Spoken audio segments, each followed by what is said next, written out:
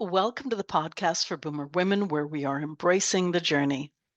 We are embracing the journey, and my guest today could be the poster child for embracing that journey. Bobbi is a trans woman, and I hope you really hear her words. I won't get political, but listening to how she has been embraced by the female side of life really blows apart many arguments of the intolerant. This conversation is one that I really do wish was recorded in video, as Bobbi really did glow when she talked about herself and her new and self-created persona. As I listened to Bobbi a second time with the edit, her words really are therapy for all of us. She comes to her truth as a trans woman, but her insights are for all of us. Identity is secondary. If you have any qualms whatsoever about what life holds for you as you navigate this chapter, you need to listen in.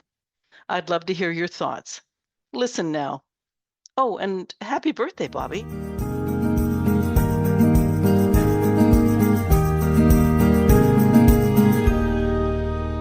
Back in February, I had a conversation with a guest that was so interesting and so informative that it became two segments of an hour each. I'm revisiting the topic today because it's one that most of us are very underinformed about, and given both the times we live in and the political climate in some areas of the world, we need to be informed with facts and firsthand experience, not fear-mongering and lies. Let science prevail, shall we say.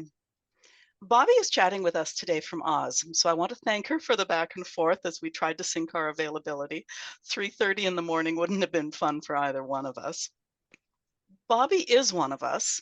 In her message to me, she said, "Born in 1959, I'm a proud boomer woman who spent 26 years in the wrong marriage, 40 years in the wrong career, and 59 years in the wrong body."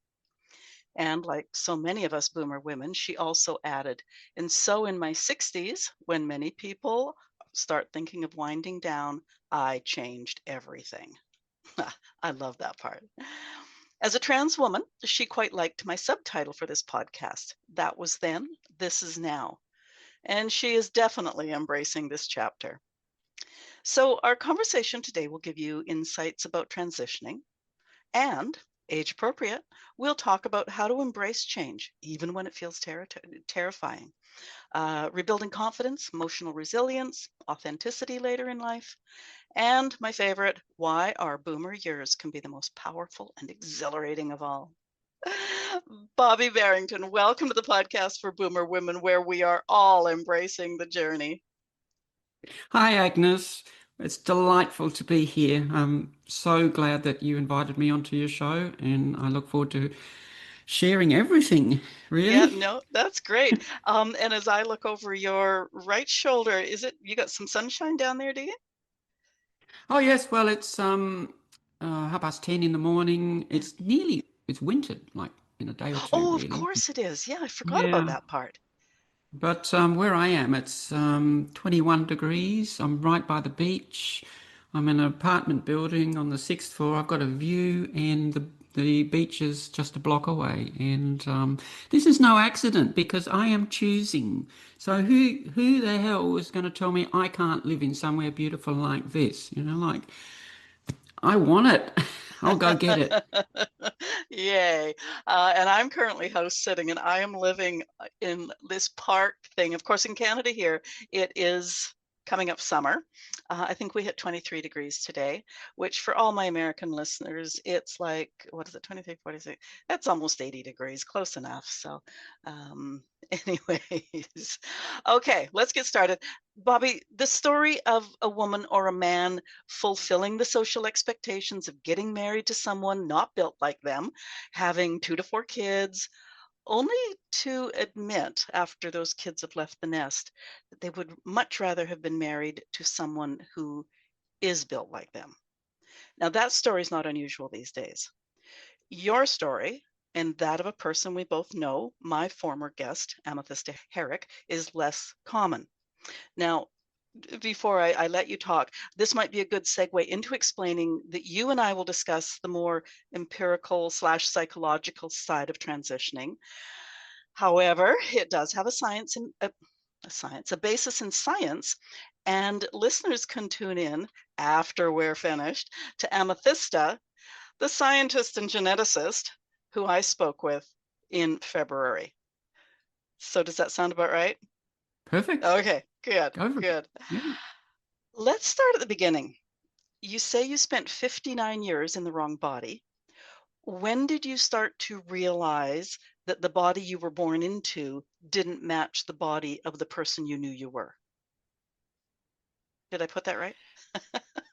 Yeah, yeah, absolutely. Like we talk about identified male at birth. Like it's I'm a speaker. In my speeches, I often say I was born at such and such a date, and when I was born, the doctors held me up triumphantly and exclaimed, "It's a boy!" But they got it wrong in retrospect. And how could they have known? Because it took me in sort of 50 years to work it out myself, actually. Like there are children who know at a very young age, and their mothers would say that they could tell when they were 2 or 3 or so forth. And there are a lot of young people, like preteens, teenagers, adolescents who transition, but that wasn't me, and it's not the story for all of us. Some I have girlfriends who are trans, and some of them will say that they have known all their lives and only had the courage to transition, later in life.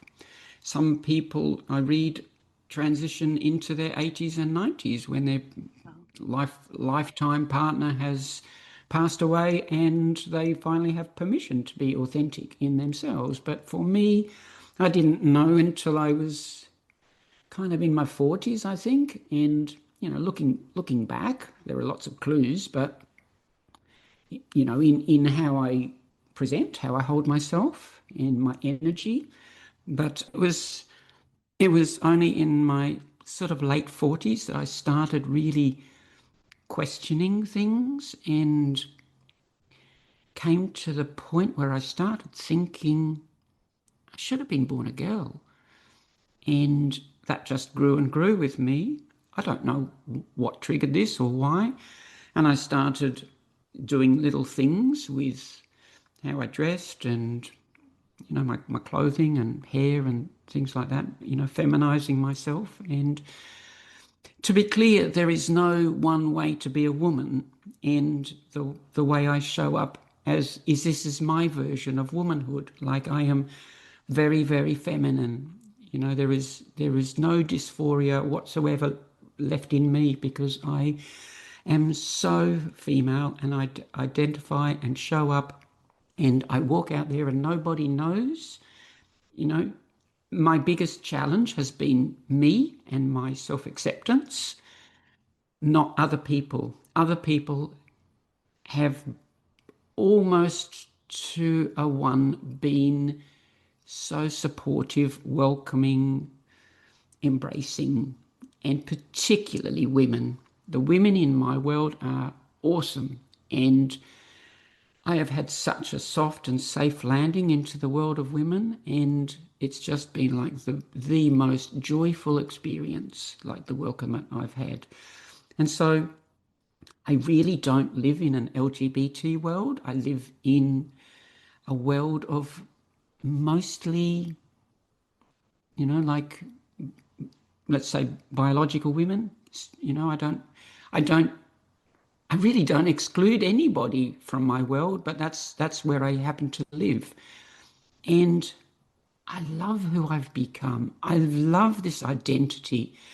I love, like, when I was a man, I felt boring. Like I'm 6 foot tall, and I had this short grey hair and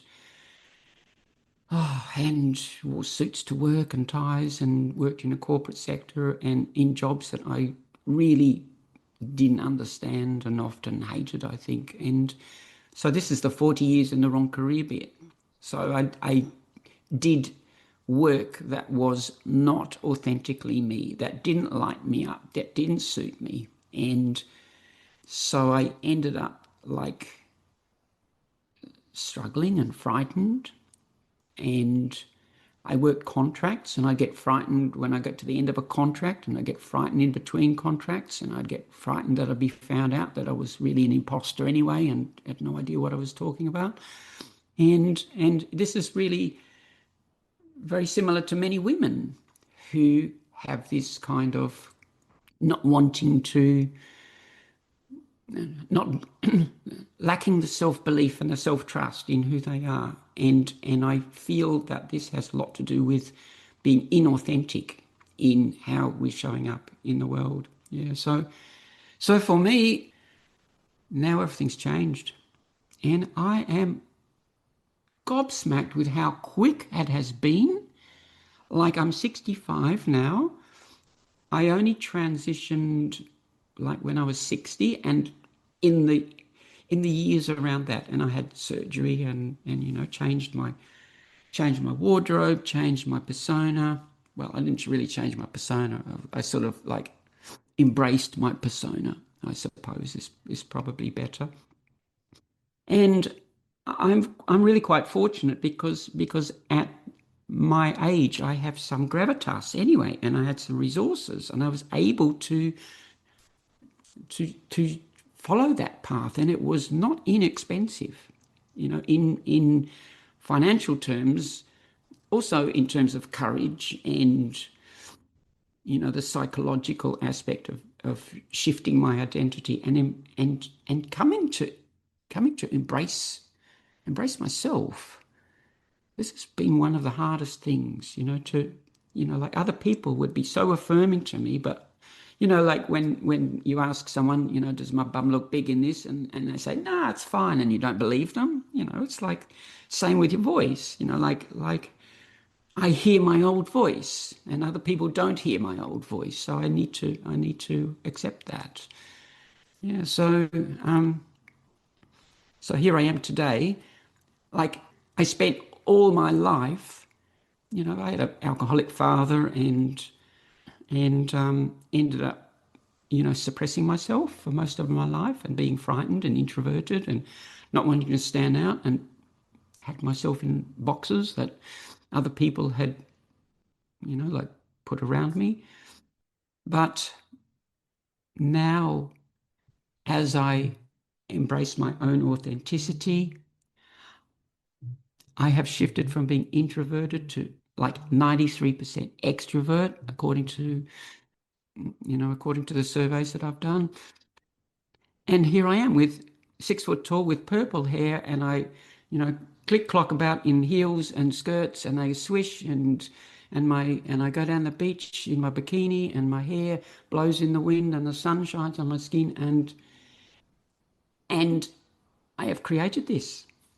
I've created this identity in a short space of time. I've turned everything around.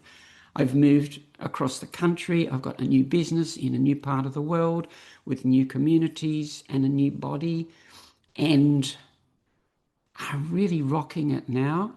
Like, in terms of my business, it's just beginning really, but it's just starting to create some momentum, and I'm just starting to get people reach back to me, and I'm speaking and I'm doing podcasts, and I'll be in a national magazine quite shortly, and I've interviewed on the radio and things like that. And it's just like, it's been a long time to get here.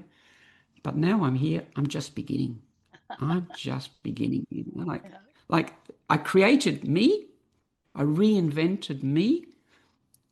But what excites me is, who do I get to create for tomorrow and the day after that and next year? And there's nothing I can't do. There's nothing I can't be. There's nothing I can't aspire to be, do, or have. And it's all in me. It's all in my mindset and in my emotional regulation. Nothing outside of me can dictate who I become, how I show up, what I accomplish. And it's so exciting. So many thoughts as you were talking. Uh, and I want to get into that whole now the door is open. There's no stopping you. And I'll get it. We'll get into that shortly. Just because we are face to face and people can only hear us, not see us, it was interesting watching your face. And it was almost like as you were talking about it, when you had found your truth that in your late 40s, whatever that was, it was like once you find your truth, you can't deny it. And it was like the light just got brighter and brighter and brighter, and so did your face.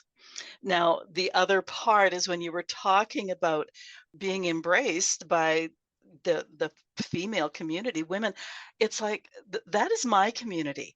Like all the women I know, we say like, some of them have got husbands, and that's great. That's the way it's always been.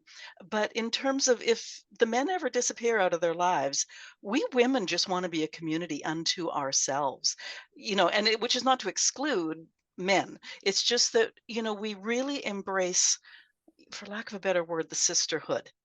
And so, welcome welcome to that world, girl. Like people ask me, what would I lived 60 years as a man and now as a woman, and people ask me, what would you say to men and what would you say to women?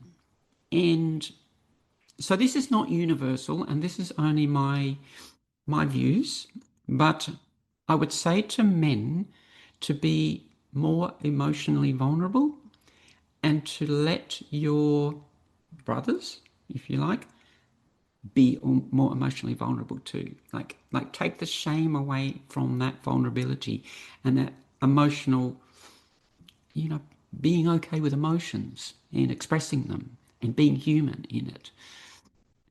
And it's true for many women as well, of course. So it's not just a universal statement. And what I would say to women is to is that I feel we put ourselves in boxes and in roles and in we have obligations and duties and commitments and caring and things like that. And like society and conditioning, which we tend to agree with, actually, imposes restrictions on our ability to thrive, to shine, to be the best we can be. And so that is what I would be saying to women, like to be more self nurturing, self soothing, self caring, give yourself permission to explore and do some of the things that light you up more and set boundaries around what is expected of us.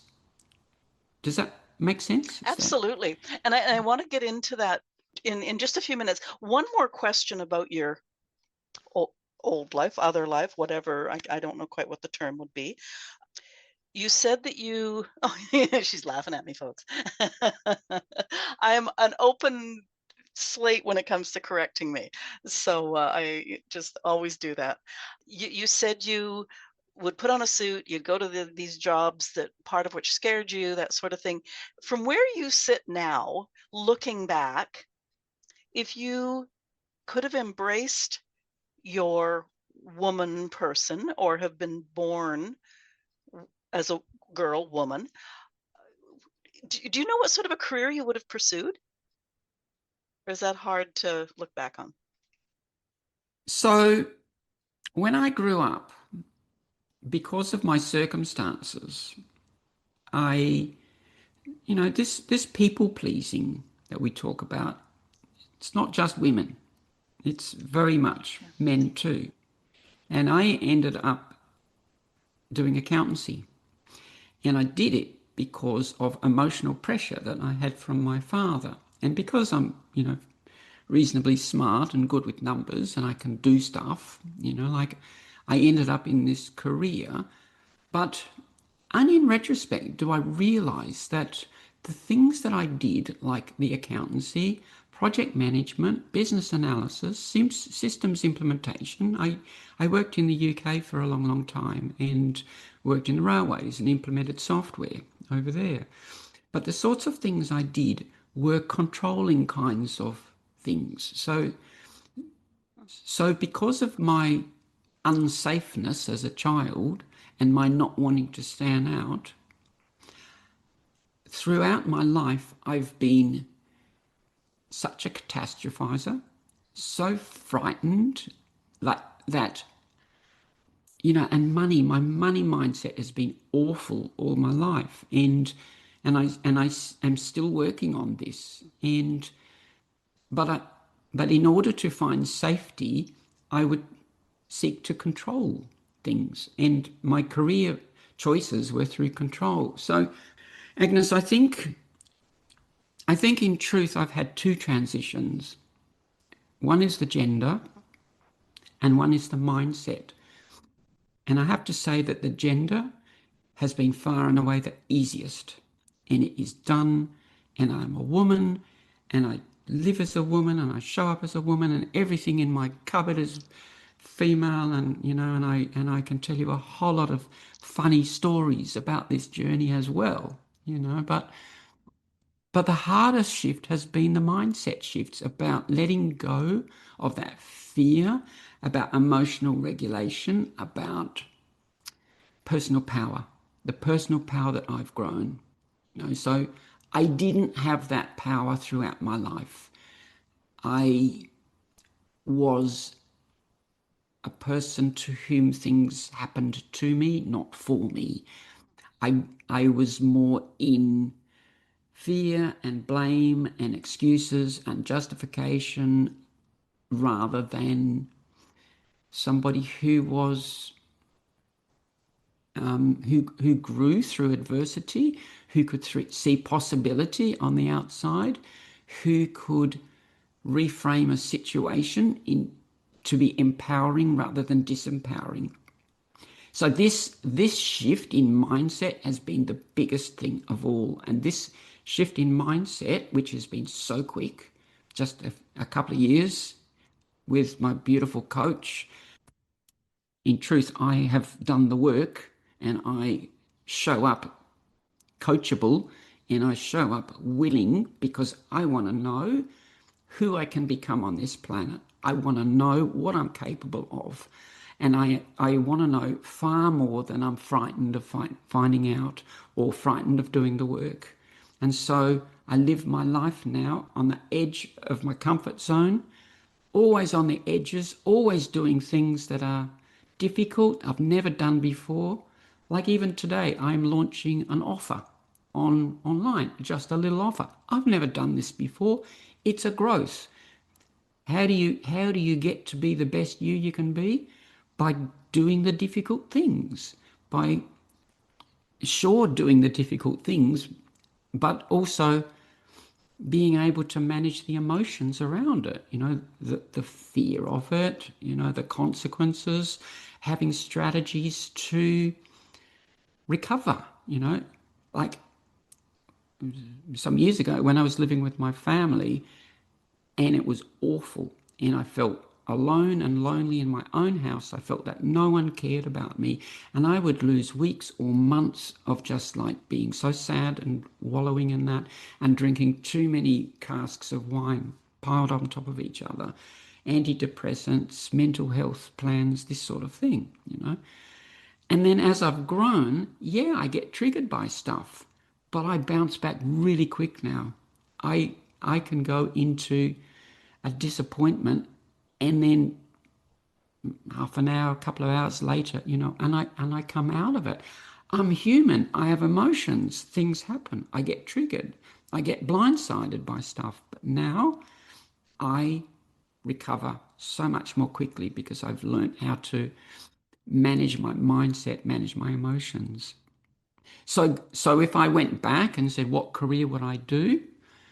I would do a career that lights me up. I would do a career that excites me, not with an obligation because I had mortgage and kids and stuff, but because I was excited about going to work every day, and it was so exciting that it wasn't even work. I was playing. And this is what I'm doing now. I spent quite a lot of years looking for my passion. What is it that lights me up? And I'm looking for my passion everywhere. I looked under the sofa, I looked behind the fridge, wasn't there. Where is the passion? And here it was in my heart and in my soul all along. And it took me ages to find that here she is. Here she is now, and what I'm doing now, elevating other people, helping other people discover in themselves what I've discovered for me. How can I not do that? How can I not? It would be just like selfish. I feel like I feel like it's the Holy Grail. Like it's a dream come true. How can I not? It's not work. I get I get to go and talk to people and help shift their realities. I get to go and help them unclench that grip on the reality that they feel is truth, but it's actually a story that they're telling themselves, and they don't even know they're telling themselves. So my job is to say, this is a story. Can you see? Can you see that there's another possibility here, another choice you can make, another future you can create, another identity that's in you of all of the infinite number of identities and possibilities that could be you tomorrow and next year? Which one are you going to choose? Who do you want to be? Who do you want to wake up as in the morning and be proud of who you are?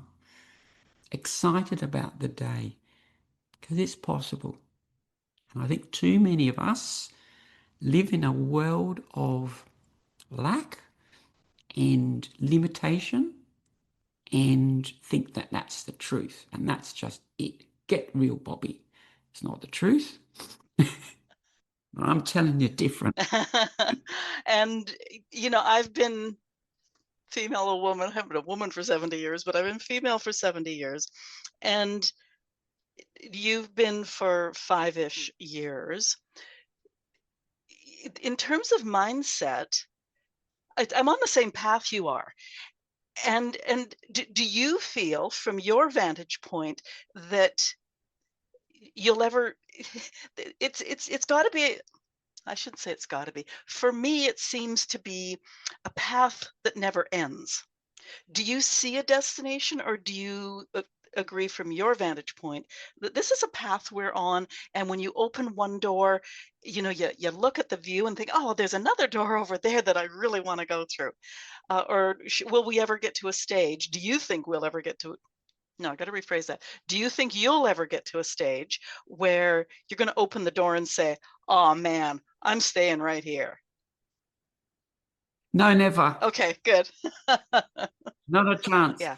When I said I used to be a catastrophizer, particularly with money, and I had such a scarcity mindset, and I would see my money go down, down, down, down, down, and it's like there's I've graphed it out on Excel, and there's the curve, and it's going down, down, down, down, and that's the point. That's the date when I run out of money, when I either live under a bridge or jump off one, sort of thing, and for me, I didn't really see that actually the actions I take can change that pathway, change that destiny.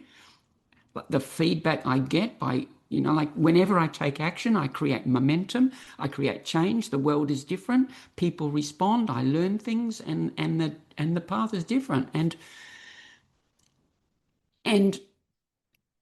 this is like, I've just messaged something yesterday about this as well. Like how as I journey, yes, I'm going towards this destination, but as I journey towards it, other information comes to me, and I have other inputs, and like it's not a straight line. Yeah, It's a zigzag all over the place. And like here's another thing, like this expression, you climb the ladder to success and discover it's leaning on the wrong wall. And I think, well, you can buy into that, or you can buy into there is no wrong wall.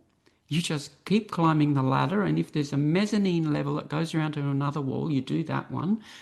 And and I don't know what the future holds, and And letting go of needing to know has been a massive shift for me, and trusting that there is a pathway and that I have the capacity to embrace a different path and grow me. This is emotional agility. This is emotional, our ability to adapt and let go of the rules about how things have to be, how life has to look, how how I'm going to do it, when I'm going to do it, what it looks like. I'm just I'm just stepping every day. Big steps now. Well, could I also suggest that, you talk about climbing the ladder to success just to find out it's leaning on the wrong wall. So, do your fireman slide down the ladder, move it over, climb it again. Like if you can climb it once, you can climb it again, and just keep on climbing that baby until you find out it's leaning on the right wall, the wall you were looking for the whole time. Like so many people would get to the top of the ladder and go like, "Oh man," and that's the end of it.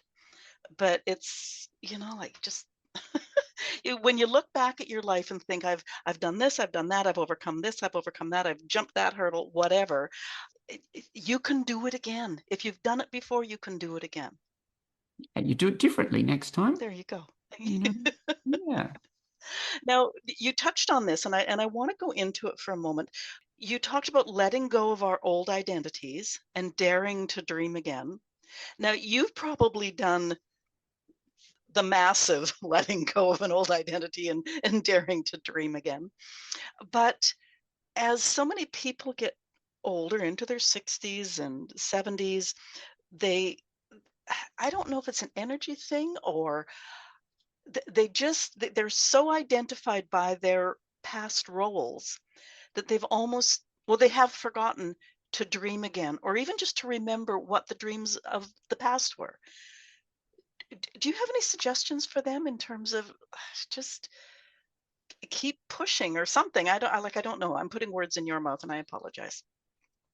No, well, firstly, as a belief system in terms of society about longevity, and we I'm sure it's the same in Canada and everywhere as it is here, like we have this mindset around what life looks like and what you do at different points in it. Like you go to school, you get a career, you get a job, you get married, you have a life, you have a mortgage, you save up and you retire, and then you're retired and you're all happy after that, and then you safely find your way through to death, kind of thing, like that. And I wonder, I really like this kind of metaphor. I've done a lot of traveling over in my life, and long distance traveling, like 6 months sort of Fun. trips and year trips and things like that. And when you go on a 2-week vacation kind of thing, and you get into day 10 or something, and you're starting to think about packing up and going back to work, and the last few days, you're just kind of winding down, so let's say that's your life, you're at 60 or 70 or something, and you're starting to pack up, ready to, go back to whatever, so but what if you framed it in terms of, let's say your journey is, 3 months, say. At day 10, you've hardly even unpacked yet. You haven't, you're still excited about the journey. So what if we framed our lives in terms of, it's not 100 or so years or 80 years or whatever, but it's 150 years or 200 years. And so you get to 60 and you think, bloody hell, I haven't even unpacked yet. I'm just getting going here because, like, doesn't that shift the whole perspective of what those years mean? Like we get people who run marathons at 100 and get law degrees and skydive and stuff like that, and we think, oh, good for you, that's fabulous. But I really want us to think about why aren't more people doing that? You know, what is, I really feel it's a mindset around a number that we buy into. And if we bought into a different mindset, we would have a different experience in those years. Well, I think too that our generation is the first generation for whom that can be a reality. I mean, our parents were old by 70, a lot of them were dead by 80, whereas, like I have this phrase, and my 15-year-old grandson is keeping me reminded of it, is that I'm going to live forever, and so far so good. you know and as long as you I don't know, as long as you're not looking at, oh, how much time do I have left, but more, the sky's the limit. I mean, Mm.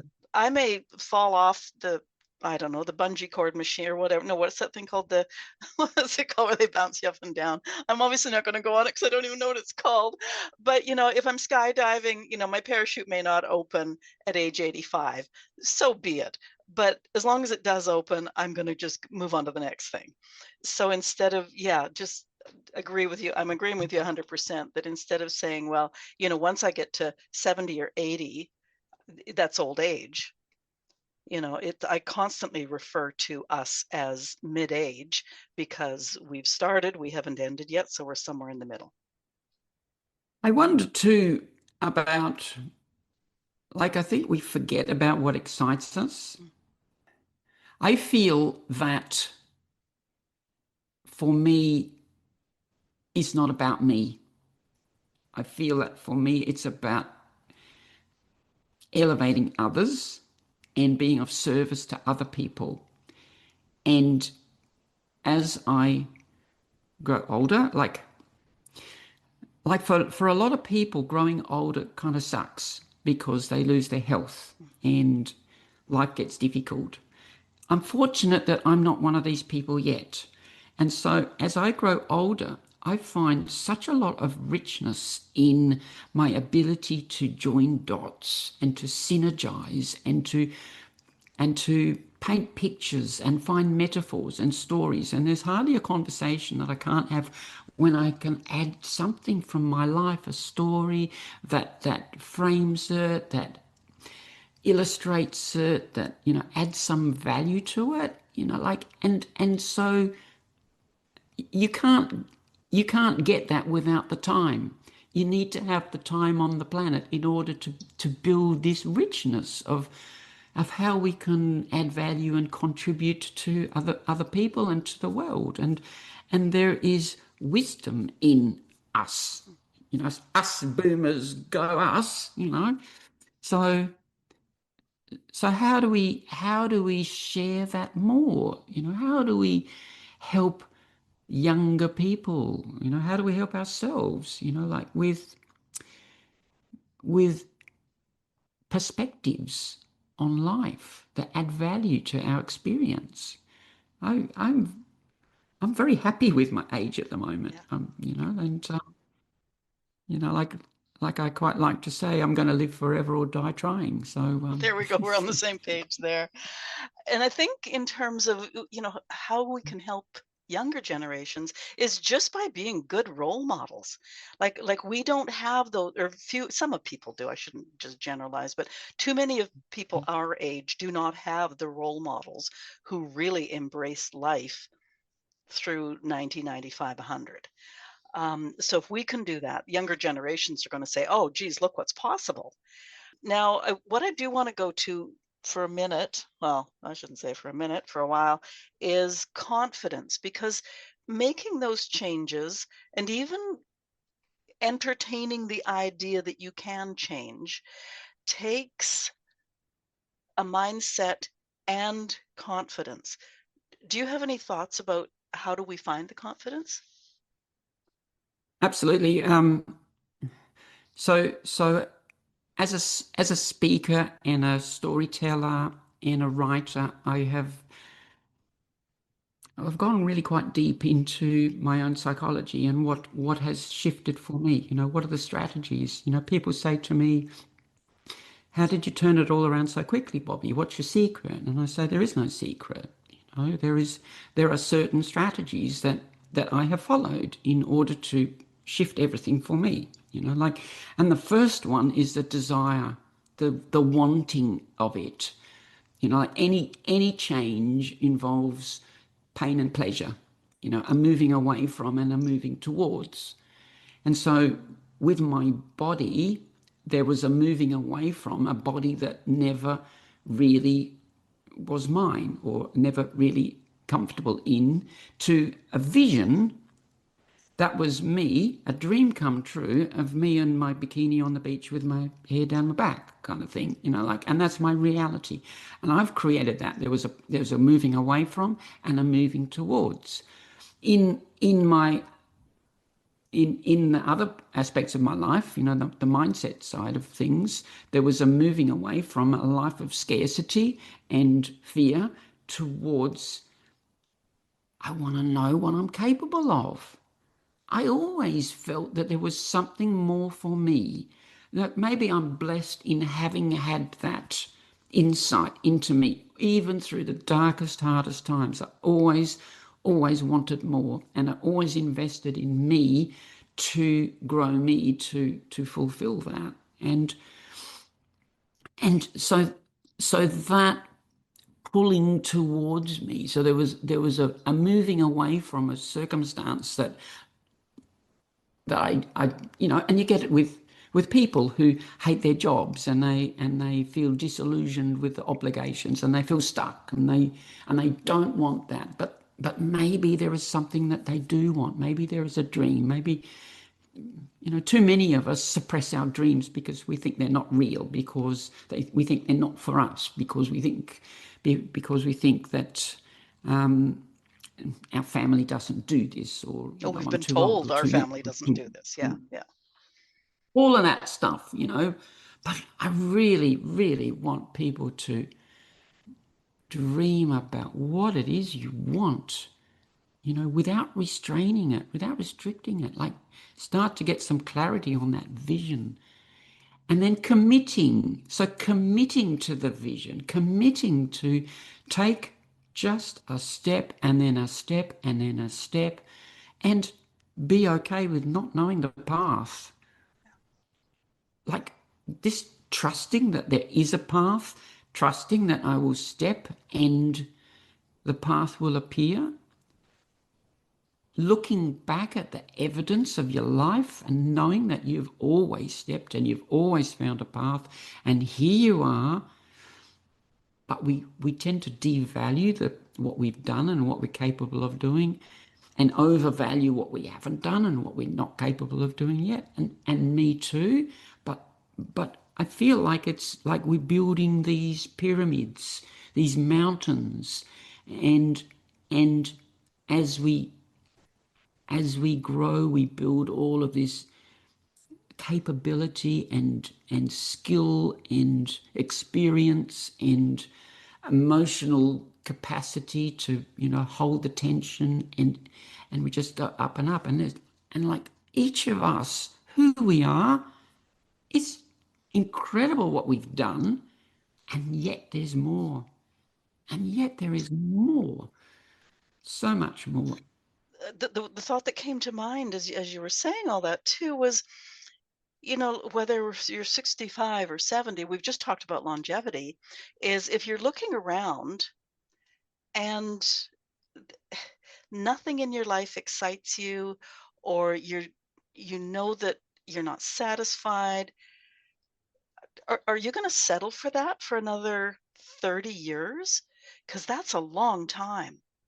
Or do you need to start diving deeper or getting professional help? Like, there's so many coaches out there, into what can I do that will light the spark, that will excite me, and then you know paths, as you say, you take that step, and then the next part of the path appears.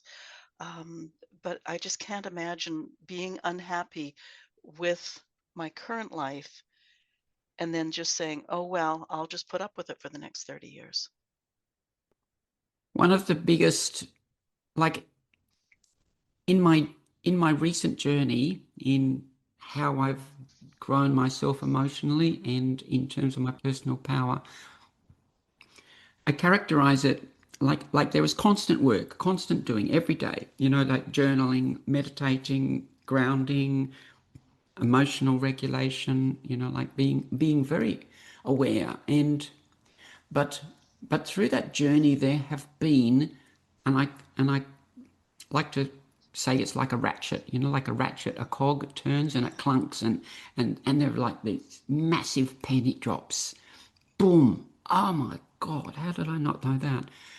And some of them, like one of them is personal responsibility, being responsible for my life and every aspect of my life, and not outsourcing my power to my coach, not needing her affirmation and support, but finding it within myself.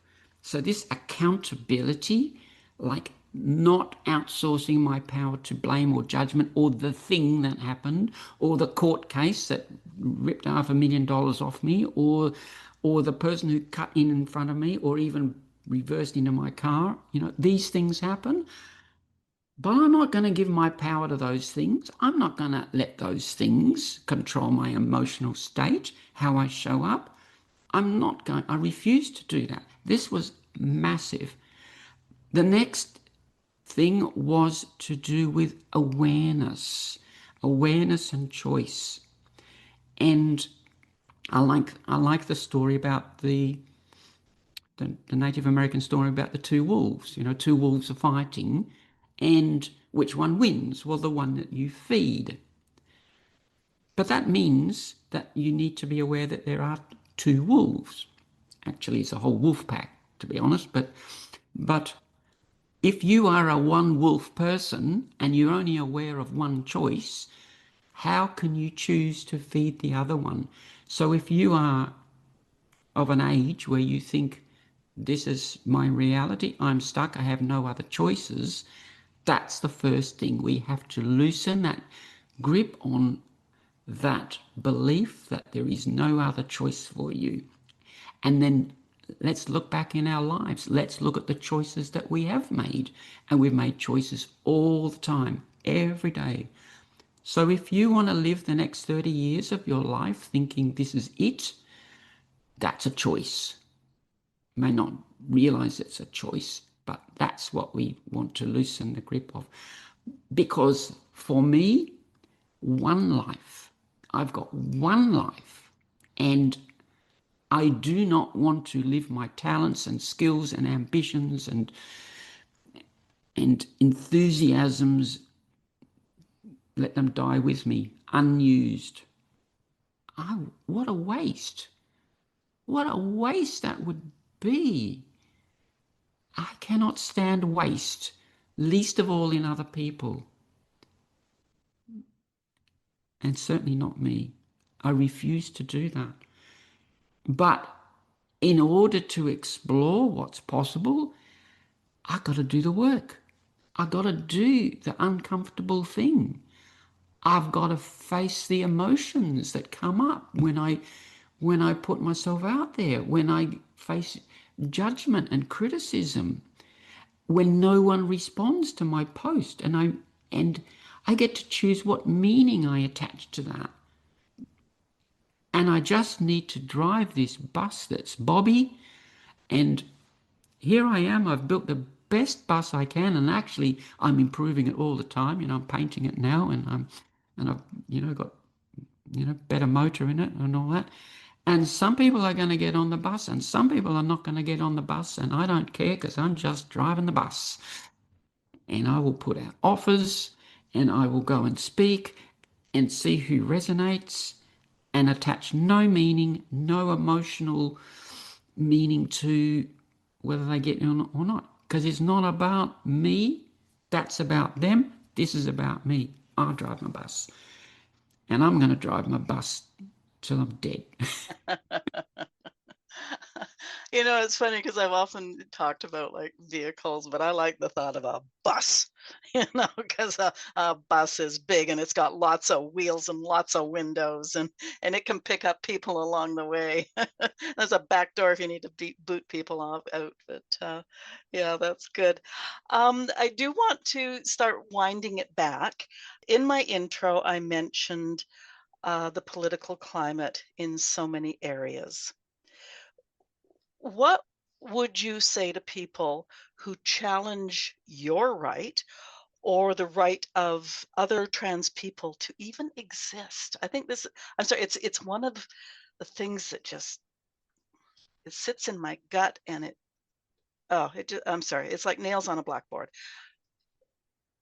What do you say to those people?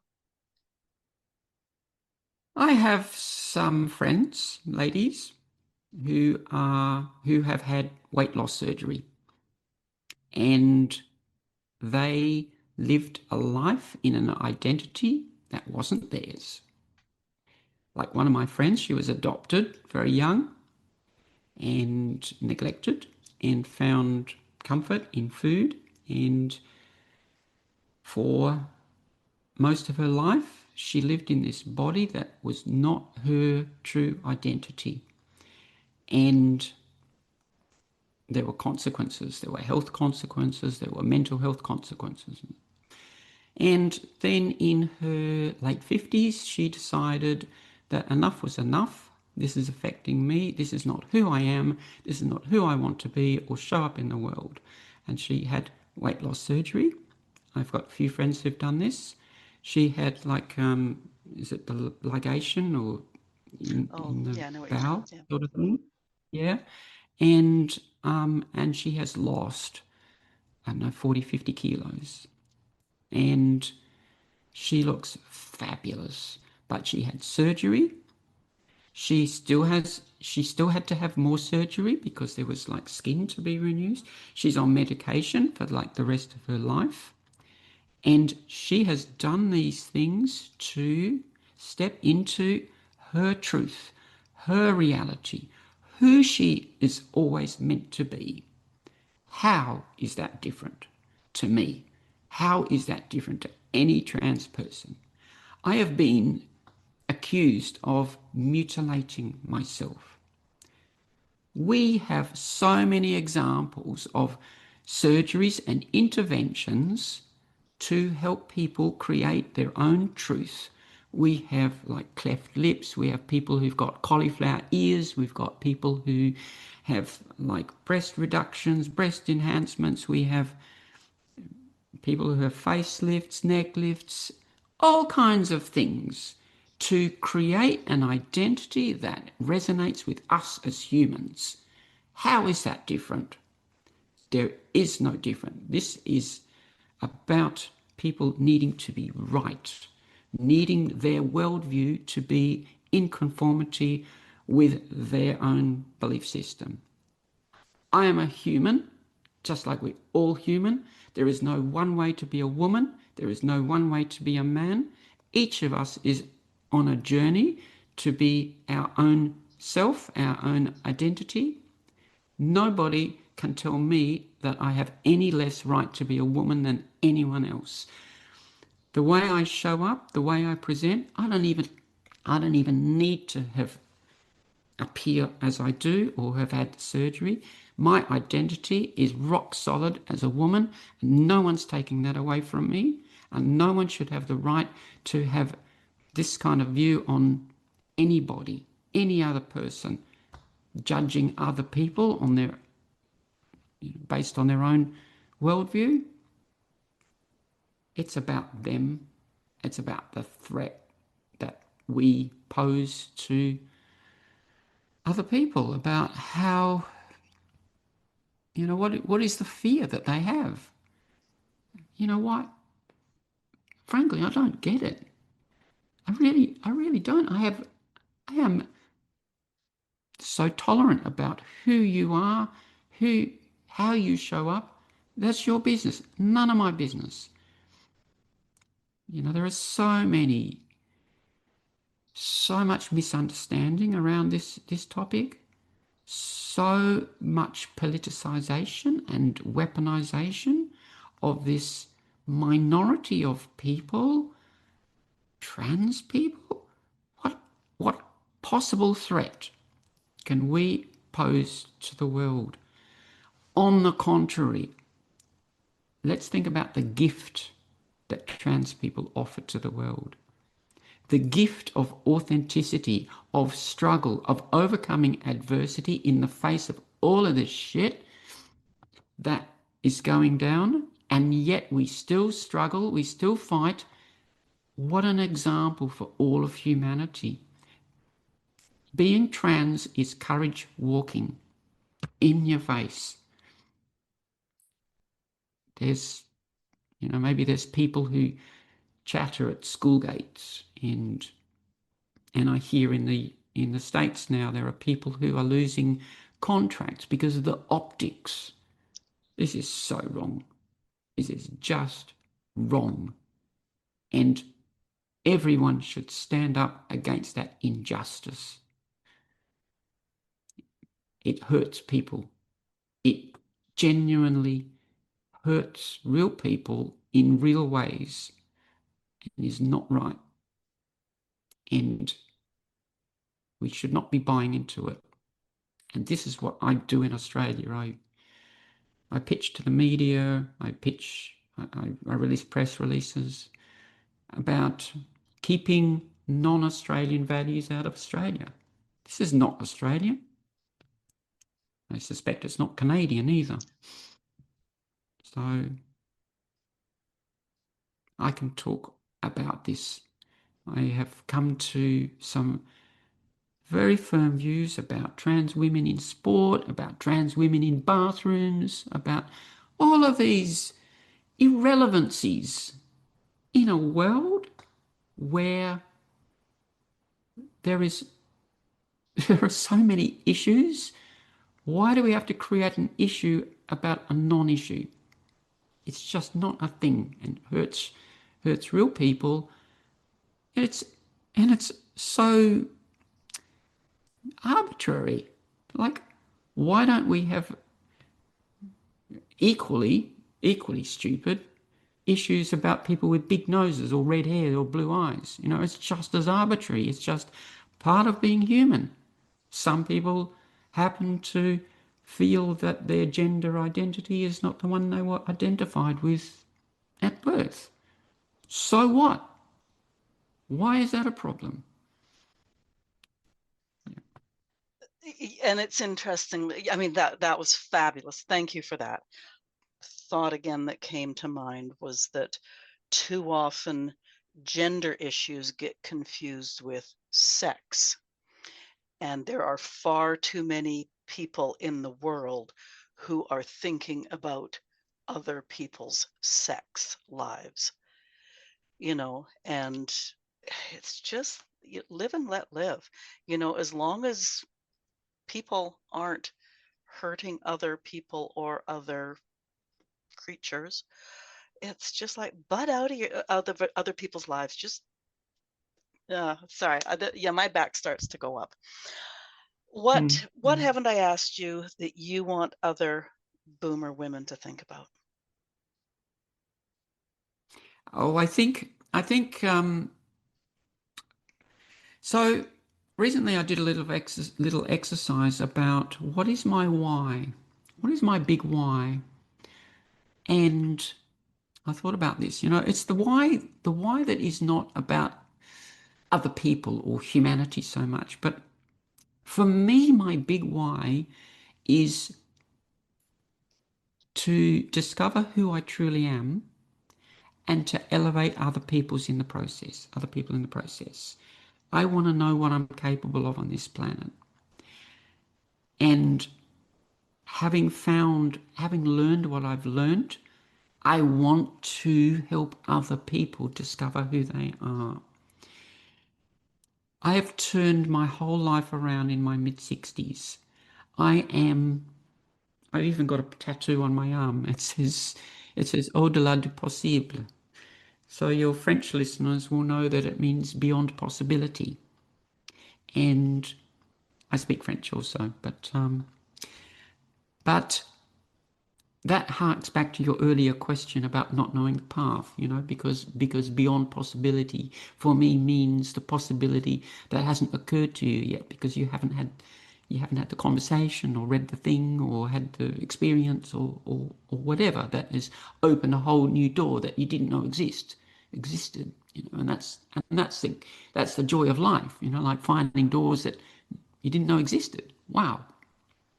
But I think for the audience, the capacity to change everything in a heartbeat with a choice, with a simple decision, because I have done that. I have changed through my life. I've changed my politics. I've changed my gender. I've changed my mindset, and I am still changing that because there are still beliefs and habits that cling that I work with. And I've changed my sexuality. I didn't know that that was going to happen. But in terms of LGBTQIA+, I was never any of those, and now I'm three of them, and I'm pretty sure I know which ones now. And this is very recent. Things happened twice. Okay, so once again, your face just lit up when you said that. Okay, where do we find you on the World Wide Web? So I'm Bobbi Barrington, Bobbi Barrington. So bobbibarrington.com is my website.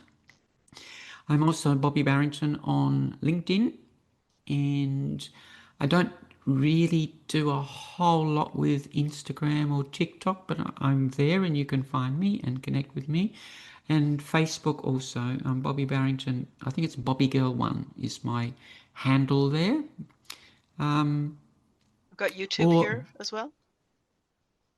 yeah, there's a few things there on Yeah. YouTube, and this is like this is the growth, like being imperfect. I am not the done deal. I am on the journey, and I am stepping, and there is mess everywhere. That's not done, that's not done. I had a call while you were phoning, and I think it's a lawyer and blah blah blah. But learning to be okay with the mess and letting go of attachment to what life looks like, what my business looks like, what my desk look like, like ah, I can't. But the thing, the thing is to show up every day, not just out there, but in here, in integrity with myself and my word to myself, and go to bed satisfied that I've, done what I promised I would do today, and just show up in state, in energy. I get knocked, I get triggered, I come back again, I ground myself, and I go again. Like c'est la vie. Okay, I always conclude by asking if I can ask a personal question, and Lord knows we haven't been personal enough. But can I ask you a totally unrelated personal question before we close? Yep, go for it. You're a singer. um, yes, I wanted to know. This is one of the things I want to know what I'm capable of. And I've never sung all my life until a few years ago, and I started taking lessons. And then I discovered, oh my God, I'm a soprano.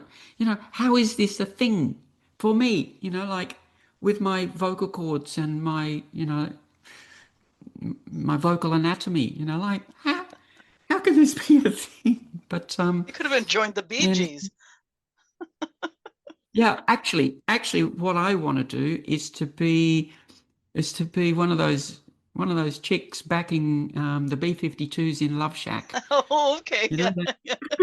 Oh, that's super high. Oh my God. I'm just replaying that. I used to I use want it to. for one of my exercise classes. So yeah, I know that song very well. Ah, dear. I I haven't I haven't sung really since my mum died a couple of years ago, and I was like really quite sad about that, and I just stopped my lesson. And but that's something I want to do. I want to discover all kinds of ways of expressing myself, like the boxes. Yeah, I'm a singer. yeah. I'm not a singer. I'm a creator. I'm not a creator. Whatever. Make it up myself. No one's telling me I am or not. fuck off. Okay. Now the second part of that question is, are you singing in French yet? Oh, I did. Yes, Okay. I studied at the Alliance Française a few years ago in Adelaide, and I sang "Ces bottes sont faites pour marcher." These boots were made for Oh my walking. goodness, you and Nancy. Nancy, and I got the boots, and I got the styling, and Oh, I that's sang great. "Ces bottes sont Those faites pour-" shorts. That's great. In terms of the B-52s, you have a podcaster in Oz by the name of Sandy Kay. Look her up. She may be able to put you in touch. Beautiful, There we go. amazing. Okay. Yeah. All right, that's great. Your website link is in the show notes, and all of your links will be on your page at our website. Listeners, if you have thoughts on today's show, please talk to us. Leave comments where you're listening, or if you're listening at boomwithabang.com, scroll to the bottom of the page and talk to us there. What we've been talking about today, whether it's transitioning or opening doors in this mid-age time of our lives, taking the next step when you're not sure where the path goes, all of that is just so pertinent, and I thank you, Bobbi, for covering so much of that. You've jumped hurdles that we will never have to jump. Listeners, if there was a question I didn't ask Bobbi, ask it in the comments and I will get you an answer. Share this episode, and there are so many reasons. Bobbi is at the same stage of life as all the rest of us, and she has figured out how to embrace it. And I read this part of my notes and I put embrace in all caps, bold. So embrace it. Bobbi's faced, tackled, and come out the other side of huge life transitions. That's gold. And she's a great advocate for trans people, trans rights, and gender recognition. Educated is the best way to confront some of the crap that's going down in many parts of the world right now. As a gay man once told me, it's not about the acceptance so much as the inclusion. Important lesson. So share this episode. If you enjoyed this conversation today, click the follow button and help us grow. I'm also registered at Substack. Following there is free, and you'll get notified every time an episode is released. Bobbi Barrington, thank you for being my guest today, being so open about your own experience, your journey, your transition, and sharing so many great thoughts about making this chapter the best one yet. Thank you, Agnes. It was a delight. Have a great Look rest. forward to it. Oh, sorry, go ahead. We'll have a follow up. We'll have a follow up another time. Oh, absolutely. Absolutely. That's great. Okay. Have a great rest of the week.